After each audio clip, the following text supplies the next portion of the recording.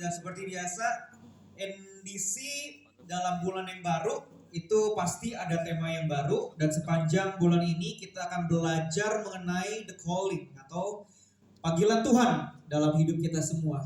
Dan menurut saya pribadi, saudara, kalau topik ini, tema ini adalah tema yang luar biasa. Kenapa saya katakan luar biasa? Karena ada banyak dari kita mungkin bertanya, Pastor Jeremy, emang ada ya panggilan bagi kita ya? Atau mungkin ada yang bilang, Pastor kayaknya aku merasa sih aku dipanggil, tetapi apa yang harus aku lakukan dalam panggilan itu? Atau mungkin ada yang berkata, Pastor kayaknya aku tuh merasa sudah mengambil pilihan yang tepat, tetapi kenapa tempat aku sekarang bekerja, titik aku berada saat ini, kok aku merasanya kok gak serak ya? Aku dapat uang yang banyak, cuman kok hati aku gak konten ya, hati aku gak full ya. Atau mungkin ada saudara yang sedang mengalami hal itu sekarang. Saudara merasa berada di tempat yang tidak tepat. Saudara merasa galau, saudara merasa bingung, apa yang harus saudara lakukan. Dan sepanjang bulan ini kita akan belajar bersama-sama mengenai the calling atau panggilan Tuhan dalam hidup kita. Dan jadi firman Tuhan hari ini yang akan saya sampaikan kepada saudara semua, itu saya beri judul Answering the Call atau menjawab panggilan tersebut. Ya, menjawab panggilan Tuhan dalam hidup kita. Mungkin saya perlu definisikan dulu saudara, apa yang dimaksud dengan panggilan Tuhan. Panggilan Tuhan itu merupakan kehendak Tuhan untuk menempatkan seseorang ke dalam rencana yang ia sudah rancangkan. Dan ia mau kita hidup di dalamnya. Sekali lagi saudara, panggilan Tuhan merupakan kehendak Tuhan untuk menempatkan seseorang ke dalam rencana yang sudah ia rancangkan. Dan ia mau kita hidup di dalamnya. Efesus 2 ayat 10 firman Tuhan berkata, karena kita ini buatan Allah, diciptakan dalam Kristus Yesus untuk melakukan pekerjaan baik yang dipersiapkan Allah sebelumnya. Ia mau supaya kita hidup di dalamnya. Jadi saudara, kita ini buatan Allah, diciptakan dalam Kristus Yesus untuk melakukan pekerjaan yang baik. Artinya apa saudara? Artinya kita diciptakan atau kita dipanggil untuk melakukan pekerjaan baik yang Tuhan persiapkan bagi kita. Yang percaya katakan amin saudara. Amin. Jadi panggilan yang akan saya maksud pada malam hari ini bukanlah panggilan untuk menerima Yesus sebagai Tuhan dan Juru Selamat. Bukan panggilan untuk mengundang Yesus dalam hati kita, enggak. Ini lebih advance lagi. Ya, setelah kita menerima Yesus, kita menjawab panggilan untuk menerima Yesus, kita percaya menjadi murid Yesus, ada panggilan untuk menemukan kehendak Tuhan dalam hidup kita. Ya. Jadi hari sekali lagi saudara, bukan undangan atau panggilan untuk menerima Yesus, tetapi panggilan untuk menemukan kehendak Tuhan dalam hidup kita. Karena ketika kita percaya Tuhan, percaya Yesus, ada panggilan-panggilan khusus, ada panggilan-panggilan yang spesifik atau pribadi bagi saudara dan saya. Dan hari kita akan belajar bersama-sama bagaimana caranya kita bisa menjawab panggilan Tuhan. Bagaimana caranya kita bisa answer the call. Apakah saudara siap? Kita berikan tepuk tangan saudara yang siap dong. Yang pertama, ada sequence-nya saudara. Jadi dalam sequence, dalam answering the call, sequence dalam menjawab panggilan Tuhan, ada 3 sequence-nya. 3 bagian. Dan saya akan bagi per poin. Yang pertama saudara, cara kita menjawab panggilan Tuhan adalah dengan kita mendengar panggilan Tuhan. It sounds simple, kedengarannya simple banget. Tetapi berapa banyak dari kita hal simple ini tidak kita lakukan? Berapa banyak dari kita itu tidak mendengar panggilan Tuhan? Dan selama di poin yang pertama ini kita tidak lakukan, kita akan percuma ngomongin poin kedua, poin 3, 4, 5, steps ini, steps itu. Kalau poin yang pertama kita nggak lakukan, yaitu mendengar panggilan Tuhan, yang lain percuma saudara. Cara kita menjawab panggilan Tuhan adalah dengan mendengar panggilan Tuhan. Yohanes 10 ayat 27 firman Tuhan berkata demikian. Domba-dombaku mendengarkan suaraku, dan aku mengenal mereka, dan mereka mengikut aku. Jadi domba-dombanya Tuhan, aka saya dan saudara, mendengarkan suara Tuhan. Dan aku mengenal mereka, Tuhan mengenal kita, dan kita mengenal Tuhan, mengenal aku, saudara. Jadi bagaimana caranya Tuhan dapat memanggil kita? Ya, Tuhan bisa berbicara kepada kita secara audible. Dan kalau saudara masih ingat, Pastor Josia itu pernah mendengar, apalagi pas kena COVID, saudara ya, dia pernah mendengar suara-suara secara audible. Namun seringkali Tuhan berbicara melalui firman Tuhan yang kita baca setiap hari. Seringkali Tuhan berbicara kepada kita lewat revive yang kita baca setiap hari. Kadang-kadang juga bahkan ketika kita lagi scroll Instagram, kita lagi scroll TikTok kita ngelihat ada banyak orang joget-joget, tiba-tiba bisa kelewat tuh. Bisa kelewat ada firman Tuhan yang kok kayaknya pas banget buat saya. Pernah gak saudara begitu? Saya sering banget. Ada juga orang yang merasa berbicara kepada kita juga lewat apa? Lewat core leader, lewat pemimpin rohani dan komunitas rohani kita. Pertanyaannya adalah apakah kita mendengarkan panggilannya? Pertanyaannya adalah apakah kita mendengarkan panggilannya? Seringkali kita gak sungguh-sungguh mendengarkan, seringkali bahkan kita gak mengenal panggilan itu, seringkali kita gak ngerti akan panggilan itu karena kita tidak memiliki hubungan yang dekat dengan Tuhan, karena kita tidak mengenal Tuhan secara pribadi. Samuel pun pernah mengalami hal yang sama, saudara. Di dalam 1 Samuel 3 ayat 7 dikatakan demikian firman Tuhan. Samuel belum mengenal Tuhan. Firman Tuhan belum pernah dinyatakan kepadanya. Tetapi dalam Amplified Bible dinyatakan seperti ini. Now Samuel did not yet know or personally experience the Lord. And the word of the Lord was not yet revealed directly to him. Jadi saudara, dijelaskan kalau Samuel dikatakan belum mengenal Tuhan. Namun dalam terjemahan lain atau Amplified Bible yang baru kita baca, saudara, dijelaskan bahwa Samuel bukannya belum mengenal Tuhan, tetapi ia belum memiliki hubungan atau pengalaman pribadi bersama dengan Tuhan. Jadi saudara-saudara, Bapak Ibu Saudara semuanya, dalam kita mendengarkan panggilan Tuhan, kita harus mengenal pribadinya. Kita harus punya hubungan pribadi dengannya. Kenapa? Karena ada banyak dari kita cuma tahu.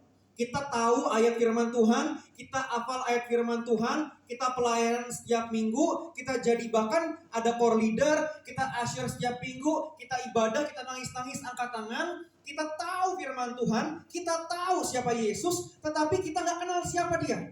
Kita gak punya pengalaman pribadi dengannya, kita gak punya hubungan yang baik dengan Tuhan. Kalau itu yang terjadi, Tuhan memanggil berapa kali, Tuhan memanggil seberapa besar, kita gak akan pernah dengar. Kenapa? Kita gak mengenal dia secara pribadi. Bedakan tahu dengan mengenal, saudara. Dua hal yang berbeda. Tahu dan mengenal itu dua hal yang berbeda. Saya tahu Pak Jokowi. Saudara pasti tahu Pak Jokowi dong. Tahu ya. Tapi kita nggak tahu apa yang beliau suka, beliau tidak suka, makanan apa yang beliau suka, makanan apa yang dia tidak suka, apa yang trigger dia untuk marah, apa yang trigger dia untuk bete, prinsip nilai apa yang ia pegang dan lain sebagainya. Kita nggak tahu. Kenapa? Karena kita nggak mengenal beliau secara pribadi, saudara. Benar nggak? Kita nggak mengenal dia. Saudara tahu ayah saya, Pastor Josia? Tahu ya? Saudara pasti tahu. Lucu, anak-anak youth ada yang gemes. Ya, gemoy. Kok ketawa? Ada banyak ngomong seperti itu. Tahu Pastor Josia? Ya, tetapi tidak tahu apa yang beliau suka nggak suka. Saya sebagai anak, saya tahu apa yang beliau suka makan. Dia suka makan daging medium well, dia nggak mau medium rare. Well dan ke apa? Terlalu sakit giginya untuk punya. Saya tahu kenapa. Saya punya hubungan pribadi dengan Pastor Josia. Saya tahu betapa on time-nya dia. Saya tahu betapa terstrukturnya cara dia kerja. Saya tahu imannya. Kenapa? Saya punya hubungan yang pribadi dengan Pastor Josia. Saudara, dalam kita menjawab panggilan Tuhan, kita harus mendengarkan panggilannya. Tetapi kita gak akan pernah bisa mendengar panggilan Tuhan kalau kita gak punya hubungan pribadi dengan Tuhan. Yang percaya katakan amin, saudara. Amin.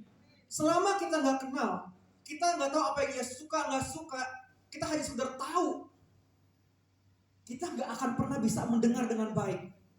mau diteriakin pun kita nggak dengar. Why? Kita nggak kenal. Kita nggak mendengar suara panggilannya itu for us, buat kita. Itu adalah sesuatu yang tidak pernah didengar. Kenapa? Nggak punya hubungan. Jadi di poin yang pertama ini saudara, bagaimana caranya kita bisa menjawab panggilan Tuhan adalah dengan mendengarkan panggilan Tuhan. Dan mendengarkan panggilan Tuhan adalah harus punya hubungan yang baik, pribadi dengan Tuhan. Yang percaya katakan amin saudara. Dan selama yang step pertama ini saudara nggak lakukan, kita nggak akan pernah bisa maju ke step 2, step 3, step 4, step selanjutnya kalau kita nggak mendengar suara Tuhan dengan baik. Kenapa? Karena kalau kita nggak mendengar dengan baik, kita bisa salah jalan, kita bisa salah arahan, kita bisa menyimpang. Jadi yang pertama, yang paling penting, yang sangat penting adalah mendengar panggilan Tuhan. Yang kedua, setelah kita mendengar panggilan Tuhan, kita tahu pribadinya, kita tahu nih, kita dipanggil nih. Sequence selanjutnya adalah kita harus mengerti dan meresponi panggilan Tuhan. Ya. Setelah kita mendengar panggilan itu, kita harus mengerti dan meresponi panggilan Tuhan. Ya. Meresponi panggilan Tuhan berbicara tentang sikap hati dan pikiran yang siap untuk melakukan apa yang menjadi kehendak Tuhan. Meresponi panggilan Tuhan adalah berkata ya, berkata yes kepada panggilannya. Dan seringkali diperlukan keberanian dan iman untuk keluar dari zona nyaman. Dan, Pastor, saya mau meresponi panggilan Tuhan, tetapi saya nggak ngerti panggilan itu. Saya mau meresponi, saya mendengar, tapi saya nggak mengerti apa yang harus saya lakukan. Tuhan mau apa dalam hidup saya? Panggilan apa yang Tuhan inginkan buat saya? Nah, kita akan belajar bersama-sama saudara. Karena mengerti akan panggilan Tuhan, saya bagi menjadi 3 bagian. Dengan cepat aja saudara. Ketika kita mau mengerti akan panggilan Tuhan, yang pertama adalah general calling. Panggilan umum. Ya. Jadi saudara dan saya punya panggilan yang sama. Panggilan umum.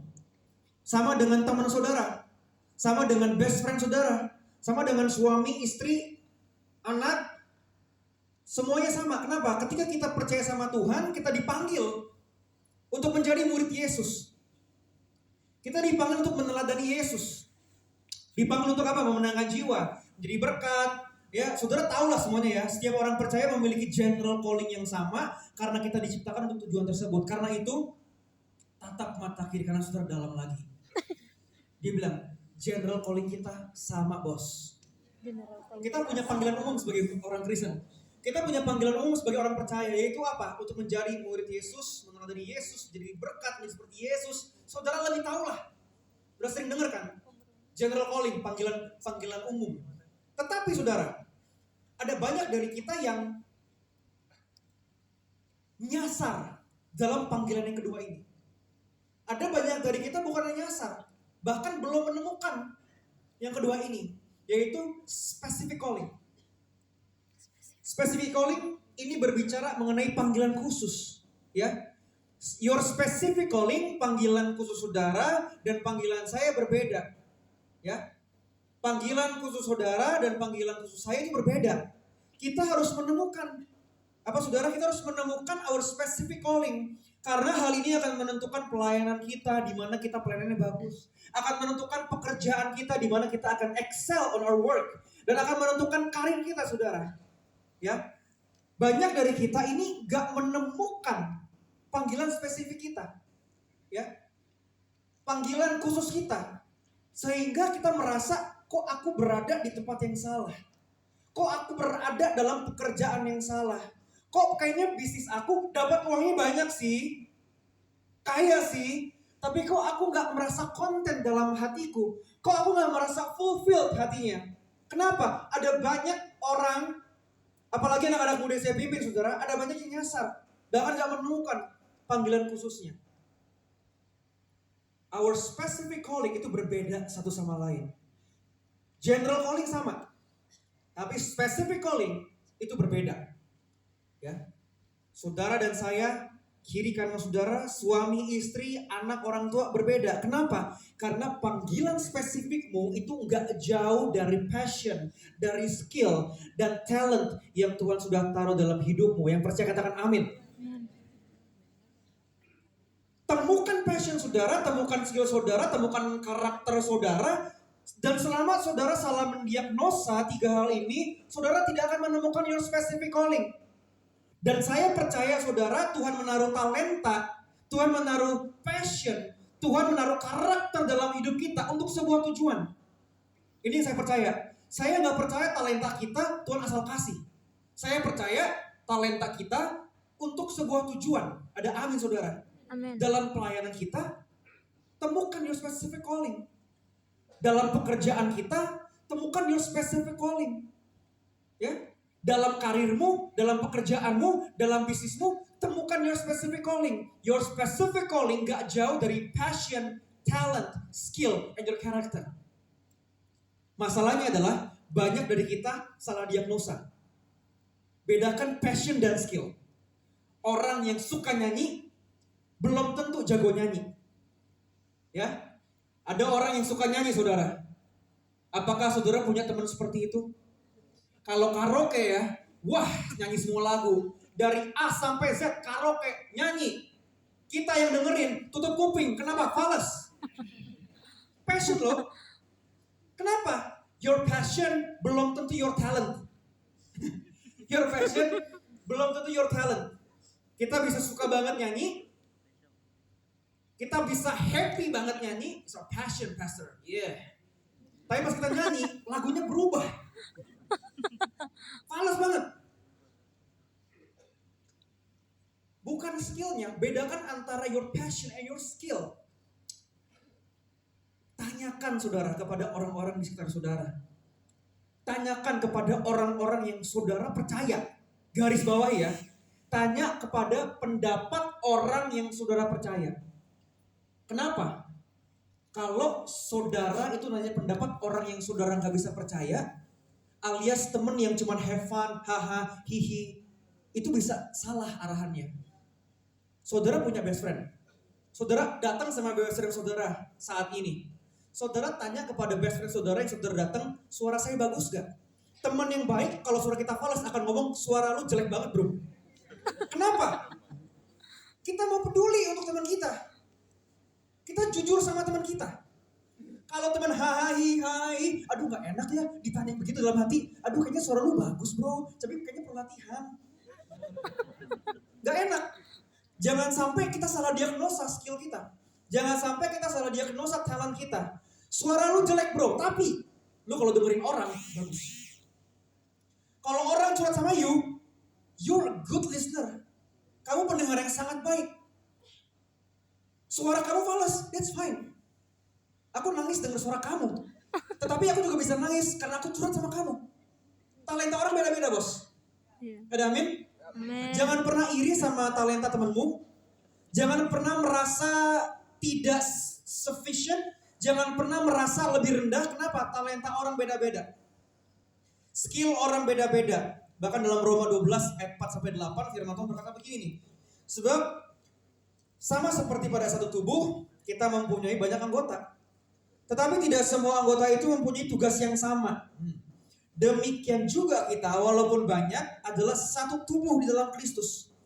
Tapi kita masing-masing adalah anggota yang seorang terhadap yang lain.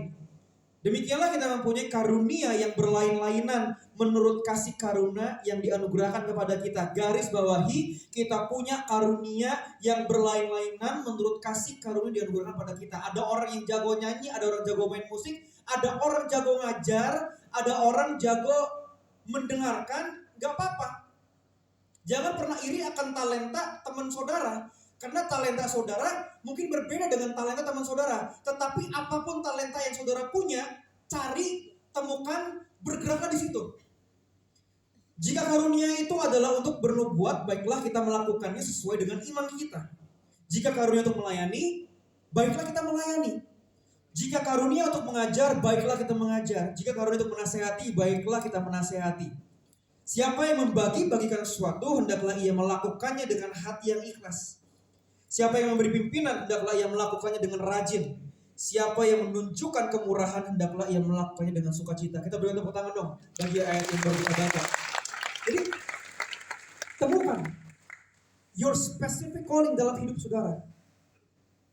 Dalam pelayananmu. Dalam pekerjaanmu. dalam karirmu.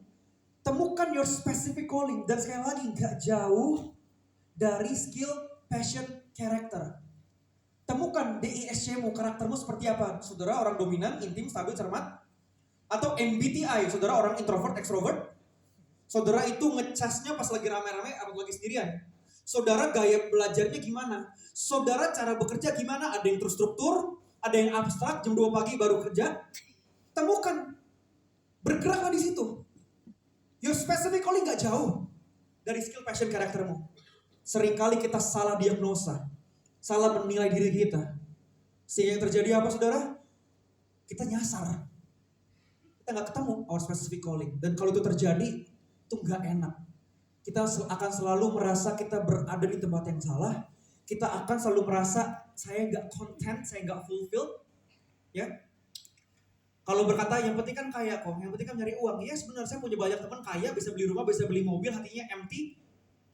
Ada juga bisa beli kapal, karena itu argumennya kan. Argumennya kalau kita punya semuanya pasti happy. Teman saya punya semuanya, nggak happy. Artis Korea dapat fame, dapat kaya, terkenal, banyak fans, bunuh diri juga. Kekayaanmu itu gak menentukan kok.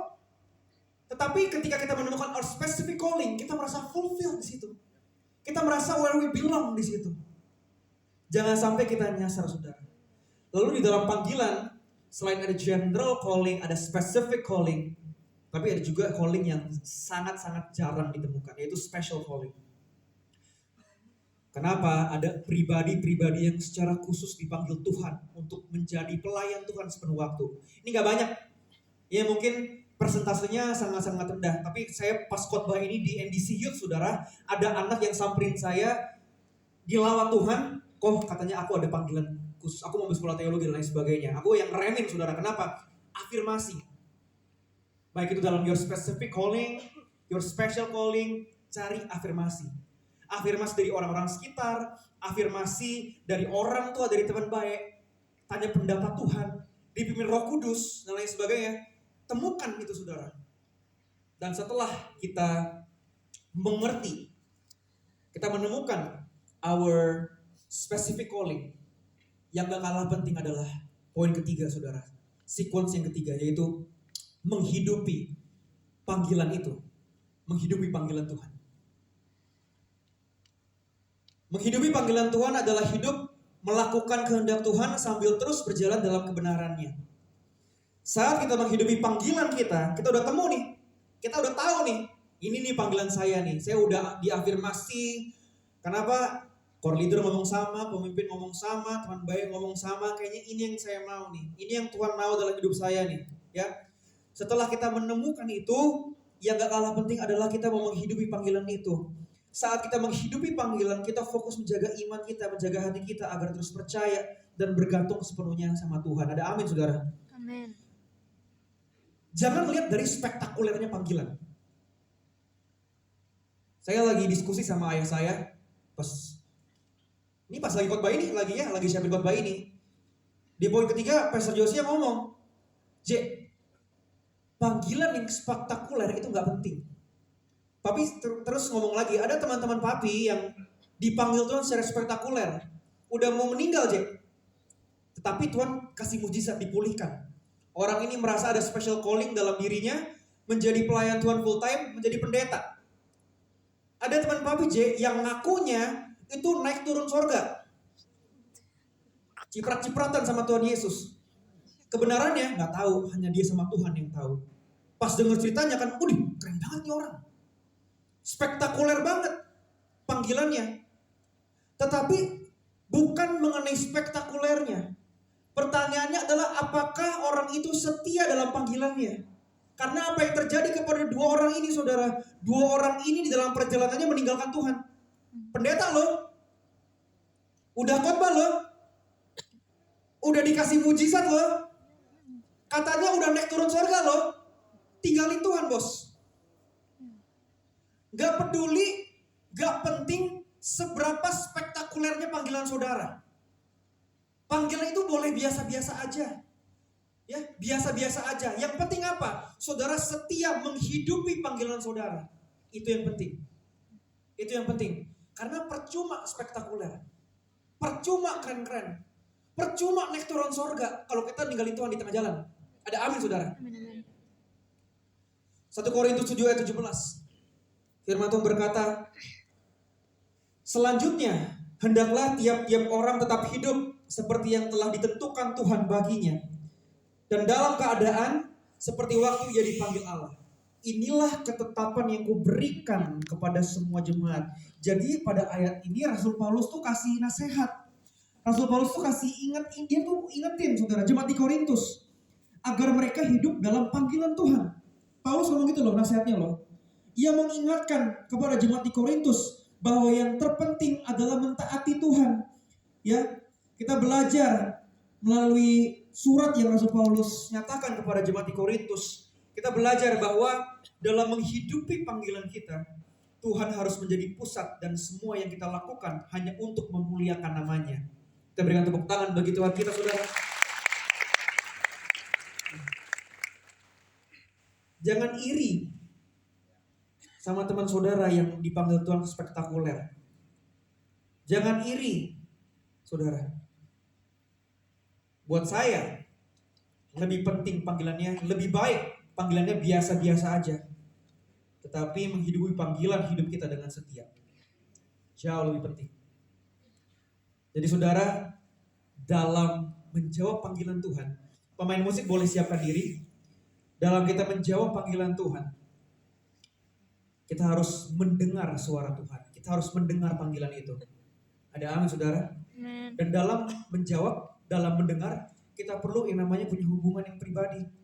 Karena selama kita hanya tahu Yesus, tahu ayat, gak mengenal pribadinya, kita gak akan pernah bisa dengar suaranya. Kita gak akan pernah bisa dengar apa yang ia inginkan, apa yang ia tidak suka, apa yang ia suka. Kita gak pernah ngerti arahannya. Bahkan lebih parahnya lagi, kita mengikuti keinginan kita. Kita mengikuti, kita gak dengar panggilan Tuhan, tapi kita hidup berjalan, melangkah, membuat keputusan suka-sukanya kita, mau-maunya kita. Dan kalau ini yang terjadi, berangkatnya aja udah salah, landasannya aja udah salah, kita akan sulit untuk merasa good, kita akan sulit untuk merasa fulfilled, content. Kenapa? Arahan Tuhan aja kita gak dengar, panggilan Tuhan aja kita gak dengar. Bagaimana kita bisa mengerti, mengenal Tuhan. Dan setelah kita mendengar suara Tuhan, kita mau mengerti. Ada general calling, panggilan umum. Ada specific calling yang kita harus temukan. Tanya pendapat orang tua, tanya pendapat teman baik yang saudara bisa percaya. Temukan panggilan itu, bergeraklah dalam panggilan itu. Orang yang hidup dalam panggilan Tuhan, orang yang bekerja dalam panggilan Tuhan, itu beda. Sama orang yang gak hidup dalam panggilan Tuhan, beda. Uang boleh banyak, hati kosong aja.